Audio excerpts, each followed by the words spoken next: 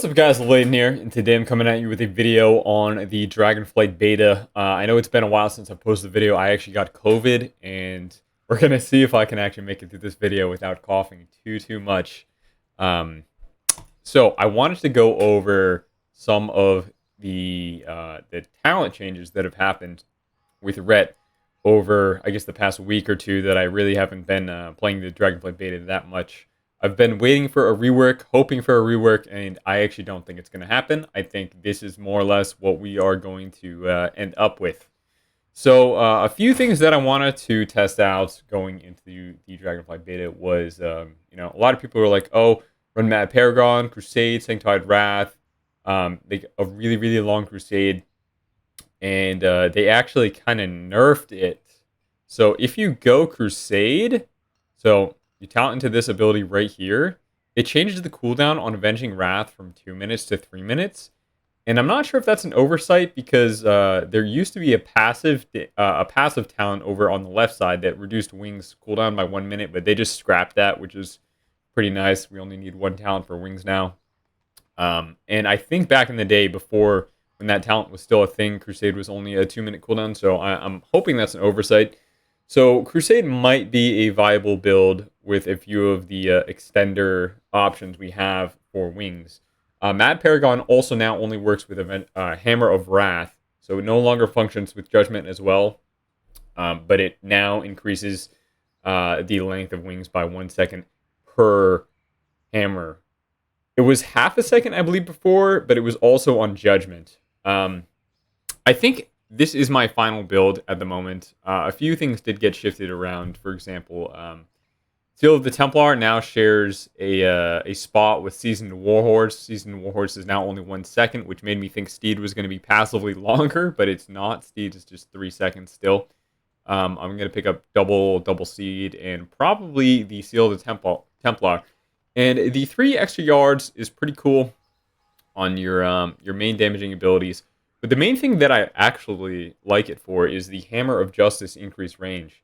So maybe we don't have to run Jurisdiction as much. Maybe it's a little bit easier to get a Hodge on someone. And another thing to note is apparently Lay on Hands is going to be usable in rated combat or rated PvP, which gives us an additional defensive cooldown and allows us to... Oh, excuse me.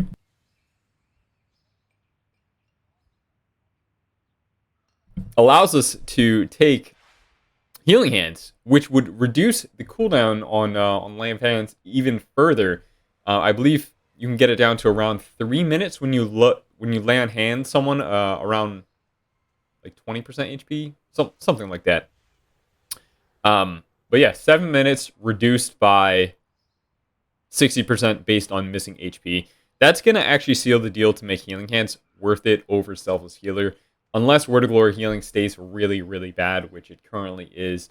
It could be for a number of factors, but we don't have versatility, and also we lost shielding words. So Word of Glory is significantly weaker than it is on retail, and it's already weak on retail, to be honest. So not much to look forward to in terms of self-healing.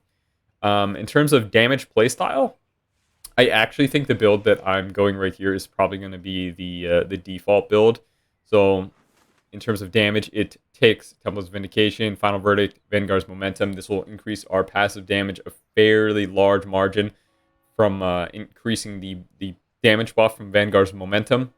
You could stack this along with Of Dusk and Dawn and Seal of Order for 16% additional damage here, 12% additional damage here. And there's going to be our passive Ashes to Ashes procs with our Seraphims. That's going to give us more steady damage. So we have a good amount of damage to look forward to. I'm just a little concerned over our healing and especially our mobility. There's nothing here compensating mobility. And I did do a forum post testing Sanctified Ground, telling the devs, like, it's not good. And then, the following 2 weeks later, they give us, where is it here? Hallowed Ground, which is just like, it's almost a worse effect of Sanctified Ground because it only works within your consecration. So what's the point of suppressing snare effects when you can't move out of the thing that suppresses the snare effects. It's kind of funny. Yeah, so not a great talent, not a great PvP talent.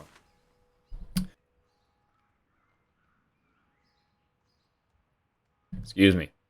Um, the reason I'm not running Ashes to Dust over here is because it is nerfed down from the set bonus, so it's 35% rather than 50%. And addition to that, we get more Art of War procs for more Blade of Justice resets, which means we'll be able to take more advantage of the Sealed Verdict. So 16% additional damage on your Blade of Justice. That's cool.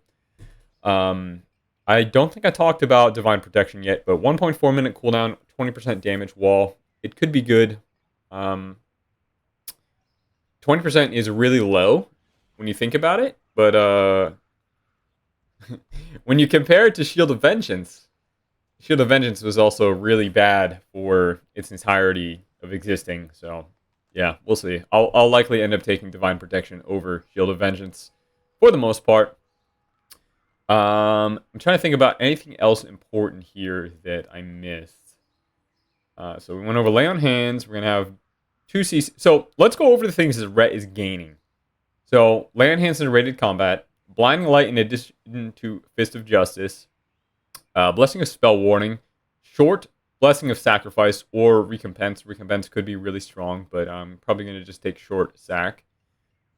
Slightly more consistent damage, it looks like. Divine Protection, along with Eye for an Eye, and Cavalier if we choose, because those used to be on the same tree. Oh yeah, Unbreakable Spirit in addition to Eye for an Eye, that was also on the same tree, I believe. But yeah, defensively, it looks like we're gaining things. Offensively, we're definitely losing things. Divine Toll is not as good. It's not its retail one-shot from Shadowlands. Empyrean Endowment is a budget Vanquisher Hammer. It's not that great. It's harder to control because it's not an active ability. But I think overall it will still be good. And at least we are keeping Final Verdict. So guys, let me know in the comments what you think about Rhett. I don't think it's as doom and gloom as people say. I actually think Rhett will be pretty good.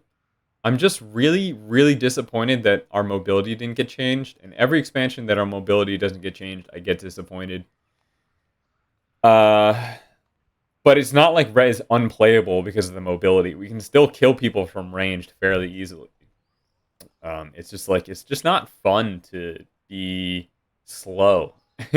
It's not. I would even just take double freedom at this point because double unbound freedom would be a decent gap closer.